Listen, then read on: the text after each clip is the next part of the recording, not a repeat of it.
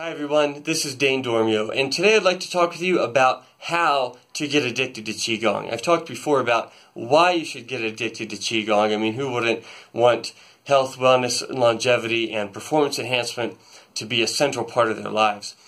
But for actually, how do you do that? How do you get addicted to Qigong? How do you establish a practice that is robust and resilient and stable over a long duration, ideally the rest of your life, which might be a very long time? The fundamental key to establishing any habit, anything as a lifelong practice, is to minimize the role of willpower. Make willpower something that is not even relevant, something that doesn't even enter into the equation.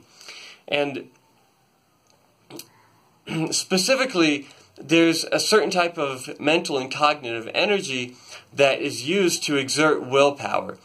It's also the same energy that is used to hold information or data in short-term memory and to make decisions. There's a phenomenon known as decision fatigue, that this energy can actually be measured, and the more of it is used for one purpose, the less of it is available for other purposes. So if you spend a lot of energy on making decisions, then you'll have less available for exerting willpower. Or if you expend a lot of energy exerting willpower, then you'll have less available for making nuanced decisions. Or if you have a lot of your mental energy expended by holding lots of things in short-term memory, by having a cluttered mind, then you'll have less available to exert willpower, and so on and so forth. So minimizing the role of willpower, removing willpower from the equation as much as possible, is key for establishing any habit. And that's actually very easy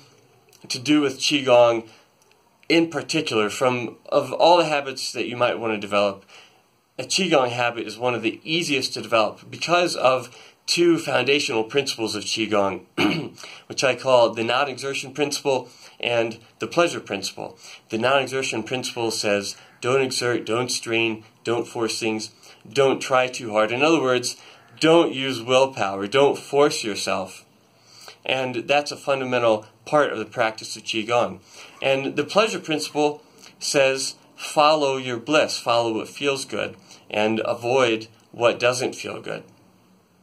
And this is also a foundational practice of Qigong. And in terms of establishing a practice, what it means is that we are able to use the positive motivation of this being something that we positively want to do and don't want to avoid, so willpower doesn't even factor in if it's something that you want to do because you enjoy the benefits that you get from doing it.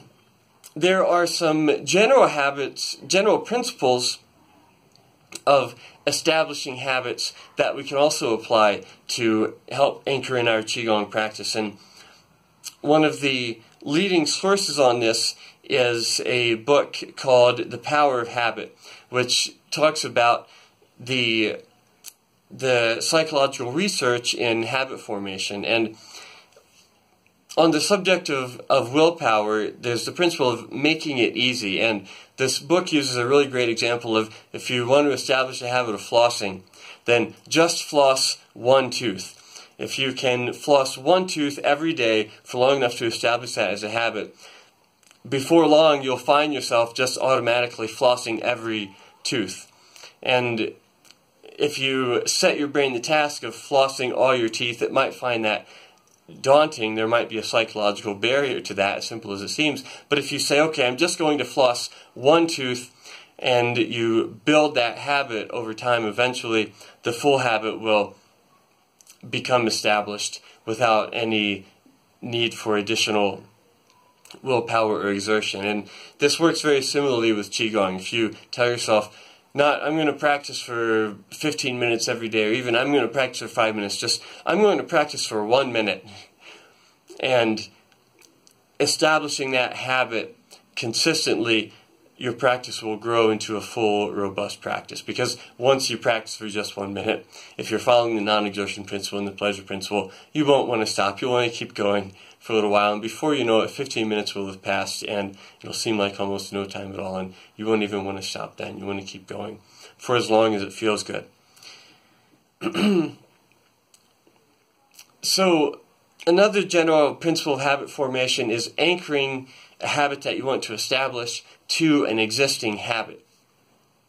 And Qigong in this way can become a kind of energetic hygiene, something that you just don't want to skip because it feels good when you do it and it feels not good when you don't do it. Like taking a shower. If you're somebody who takes a shower every day, then skipping a day you start to feel scuzzy. Or if you're somebody who brushes your teeth every day and you skip it for 1 day, it just feels gross. So if you link your Qigong habit to a habit that's already established, whether it's getting up in the morning, or whether it's taking a break for lunch, or whether it's before you go to bed, anchoring it to an existing habit helps to establish it in and make it just as consistent.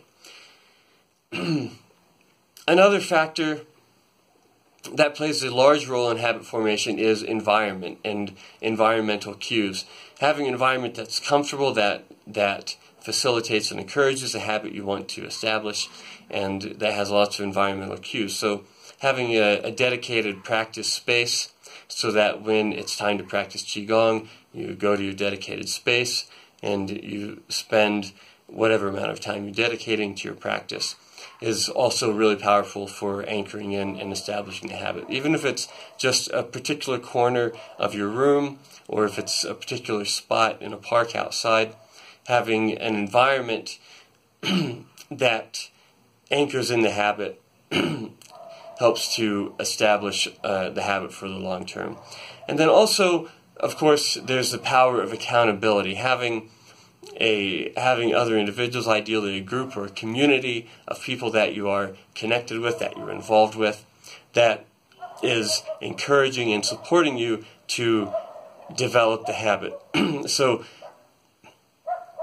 having accountability in your life for what you want to do so that it feels like you're part of the in crowd instead of being a loner trying to establish this new habit is also a really powerful tool.